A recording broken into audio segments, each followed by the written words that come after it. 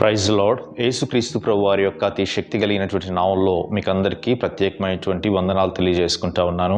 వైజాగ్లో జరిగినటువంటి సంఘటన భారతదేశంలో ఉన్నటువంటి వారందరూ కూడా ఆశ్చర్యపోయేటువంటి విధంగా అక్కడ ఒక భయంకరమైనటువంటి సంఘటన జరిగింది. ఒక లా కాలేజ్ స్టూడెంట్ తనకు సంబంధించినటువంటి తన స్నేహితుడిని ప్రేమించి పెళ్లి చేసుకోవాలని నిర్ణయం తీసుకున్నారు. కానీ ఉన్నట్టుండి అర్ధాంతరంగా జరిగినటువంటిది ఏంటంటే, అతను శారీరకంగా కలవడం మాత్రమే కాకుండా తనతో పాటు ఉన్నటువంటి తన యొక్క స్నేహితుల్ని కూడా ప్రోత్సహించి ఆ పని చేయడం వలన ఆ యొక్క స్టూడెంట్ సూసైడ్ చేసుకోవడానికి ముందుకు వెళ్ళింది. కానీ చివరికి వారి తల్లిదండ్రులకి ఆ విషయం తెలియడం వలన ఆ యొక్క స్టూడెంట్ బతికినట్లుగా మనం చూస్తున్నాం. ఈ యొక్క వార్తలు మనం వింటా ఉన్నప్పుడు చాలా సందర్భాల్లో అసలు మానవతా విలువలు ఎక్కడికి వెళ్ళిపోయాయి, అసలు మనిషి ఏ ఒక వ్యక్తిని విశ్వసించి నమ్మాలి అనేటువంటిది ఈరోజు ప్రశ్నార్థకంగా మిగిలిపోయినటువంటి ప్రశ్నలు మన కళ్ళ ముందు చూస్తూ ఉన్నాం.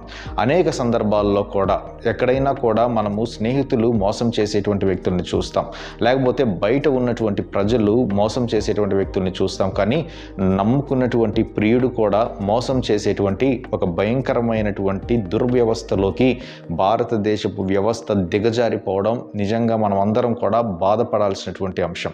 అయితే ఈ సందర్భంలో ముఖ్యంగా యువతులు ఈ విషయం మీద తీవ్రంగా ఆలోచించాల్సినటువంటి అవసరం ఉంది.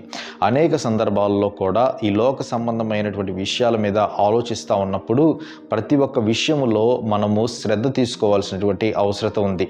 ముఖ్యంగా అనేక ప్రాంతాల్లో మోసపోతుంది యువతులే అని భారతదేశంలో ఉన్నటువంటి అనేక గణాంకాలు తెలియజేస్తూ ఉన్నాయి. అయితే వీరిని ఎవరు కాపాడతారు? ఇది ప్రాథమికంగా చాలా మందికి వచ్చేటువంటి ఒక ప్రశ్న. వీరిని ఎవరు కాపాడలేరు, వారికి వారే సెల్ఫ్ ప్రొటెక్ట్ చేసుకోవాల్సినటువంటి అవసరం ఉంది.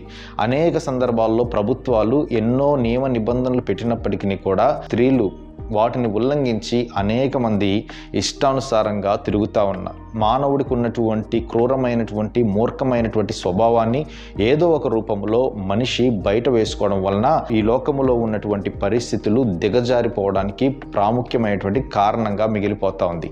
మరి ఇటువంటి సందర్భంలో, ఈ భయంకరమైనటువంటి సందర్భంలో అసలు ఎందుకు ఈ విధంగా దిగజారిపోతున్నాయి అని మనం ఒకసారి ఆలోచించినట్లయితే, ప్రాముఖ్యంగా ఎక్కువగా ప్రేరేపించేటువంటి కొన్ని ప్రాముఖ్యమైనటువంటి అంశాలని మనం చూస్తాం. ముఖ్యంగా సెల్ ఫోన్లకి ఎడిక్ట్ అయిపోయేటువంటి వ్యక్తుల్ని మనం చూసాం. అంత మాత్రమే కాదు, కానీ చాలా సందర్భాల్లో కూడా అనేకమైనటువంటి మోసపూరితమైనటువంటి వ్యక్తుల యొక్క మాటల్ని విని మోసపోయినటువంటి వ్యక్తుల్ని కూడా మనం చూస్తూ ఉన్నాం.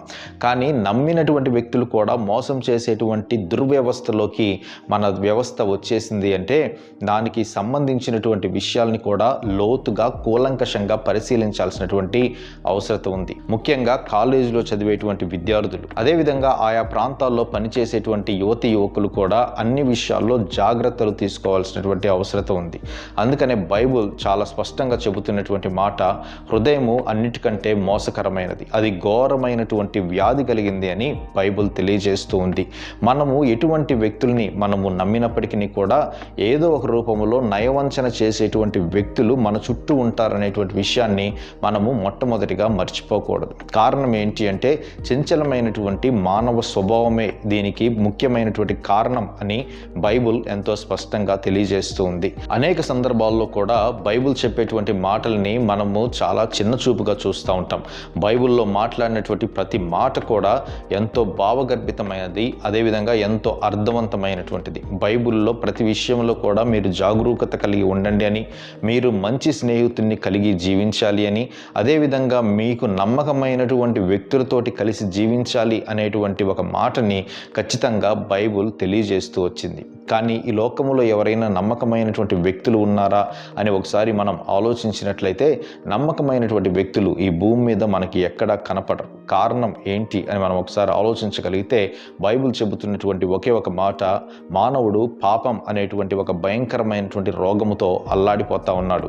చాలామంది కూడా విచక్షణ కోల్పోయి వ్యవహరిస్తున్నటువంటి సందర్భాలని కూడా మనము చూసాం. ఇప్పుడు జరుగుతున్నటువంటి అత్యాచారాలు కానీ, హత్యలు కానివ్వండి, దోపిడీలు కానివ్వండి, మానభంగాలు ఉద్యోగాలు కానివ్వండి, ఏది చూసినా కూడా మానవుడి యొక్క దురాశ అనేటువంటిది ఎంత స్థాయికి దిగజార్చుకొని తీసుకొని వెళ్ళింది అంటే, ఈరోజు సొంతగా ఒక వ్యక్తిని నమ్ముకొని వెళ్ళిన పరిస్థితులు ఉన్నప్పటికీ కూడా ఆ వ్యక్తిని మోసము చేసేటువంటి ఒక భయంకరమైనటువంటి లోకంలో మనం జీవిస్తూ ఉన్నాం అనేటువంటిది మనం మర్చిపోకూడదు. కాబట్టి అందుకనే దేవుడు తెలియజేస్తున్నటువంటి ఒక గొప్ప మాట, లోకములో ఉన్నటువంటి వాటిని వేటిని కూడా మీరు ఆశింపవద్దు అని బైబుల్ చాలా స్పష్టంగా తెలియజేసింది. యేసుక్రీస్తు ప్రభువారి యొక్క బోధనలు ఈ యొక్క 21వ శతాబ్దంలో ఎంతో అవసరమై ఉంది. కారణం ఏంటి అంటే, ఆయన మాత్రమే నమ్మదగినటువంటి మాటలు తెలియజేశాడు. ఆయన మాత్రమే వాస్తవ రూపములో ప్రపంచంలో జరిగేటువంటి విషయాల్ని కూలంకషంగా నొక్కి చెప్పగలిగాడు. అటువంటి మాటల్ని అనుసరించాల్సినటువంటి మనమందరం కూడా చాలాసార్లు దారి తప్పిపోతూ ఉంటాం. ప్రపంచంలో ఎంతోమంది జ్ఞానవంతులు, ఎంతోమంది ఫిలాసఫర్స్, ఎంతో అద్భుతమైనటువంటి రచనలు చేసినటువంటి వ్యక్తులు ఉన్నారు. కానీ నేటికి కూడా యేసుక్రీస్తు ప్రభువారి యొక్క బోధన మాత్రమే ప్రపంచంలో నెంబర్ 1గా ఉండగలిగే కారణం ఏంటి అంటే, యేసుక్రీస్తు ప్రభువారి యొక్క బోధలు మానవుడి యొక్క సమస్యకి ఖచ్చితంగా పాయింట్అవుట్ చేస్తూ ఉంది. మానవుడు ఏదైతే ఒక సమస్యతో బాధపడతా ఉన్నాడో ఆ సమస్య యొక్క రూట్ కాస్ని తెలియజేసింది ఒక బైబుల్ మాత్రమే. ఎవరైతే ఆ బైబుల్ని ప్రతిదినము ధ్యానిస్తారో వారు ఖచ్చితంగా వారి యొక్క అనుదిన జీవితాల్లో ఏ విధంగా జీవించాలో బైబుల్ చాలా స్పష్టంగా తెలియజేసినట్లుగా మనం చూస్తాం. కాబట్టి వ్యక్తిగతంగా మన జీవితాలు, మన పరిస్థితులు, మన ఆలోచనలు, మన తలంపులు ఏ విధంగా ఉన్నాయి, మనం ఎవరితో స్నేహం చేస్తూ ఉన్నాం, ఎవరితో మనం కలిసి తిరుగుతూ ఉన్నాం అనేటువంటి విషయాల్ని మనము పరీక్షించుకోవాలి. అంత మాత్రమే కాదు కానీ బైబుల్లో అందించబడినటువంటి మాటలు ఏదైతే ఉన్నాయో ఆ జ్ఞానయుక్తమైనటువంటి భావగర్భితమైనటువంటి అంశాల మీద దృష్టి ఉంచి వాటిని మన హృదయాల్లో చేర్చుకోగలిగితే ఖచ్చితంగా మన జీవితాల్ని, మన బ్రతుకుల్ని ఈ భయంకరమైనటువంటి లోకంలో నుండి కాపాడుకునేటువంటి అవకాశం ఉంది. కాబట్టి నేను ఇచ్చేటువంటి ఒక ప్రాముఖ్యమైనటువంటి సందేశం ఏంటి అంటే, ఈ లోకంలో ఉన్నటువంటిదంతా కూడా నేత్రాశ, శరీరాశ, జీవడంబం అని బైబుల్ తెలియజేస్తుంది. కాబట్టి అట్టి వాటిల్లో నుండి బయటికి రావడానికి మనం ప్రయత్నం చేయాలి అంటే ఆ ప్రయత్నానికి మీకు ఉపయోగపడేటువంటి ఏకైక పుస్తకం బైబుల్ మాత్రమే. ఆ బైబుల్ మాత్రమే మానవుడి యొక్క సమస్యకి సమాధానాన్ని తెలియజేసింది. కాబట్టి అట్టి గొప్ప పుస్తకాన్ని మనం అందరం కూడా చదువుదాం. ఈ భయంకరమైనటువంటి లోకములో ఏదైతే శరీరాశతో, నేత్రాశతో, జీవడంబంతో నింపబడినటువంటి ఈ లోకములో ఇప్పటికైనా కూడా మనము మన జీవితాల్ని సరిచేసుకోవడానికి ప్రయత్నం చేసి దేవుడిచ్చేటువంటి మహాకృపని, రక్షణని మనం పొందుకొని క్రీస్తు యేసునందు నమ్మిక ఉంచి ఆయన కోసం బ్రతకడానికి ప్రయత్నం చేద్దాం.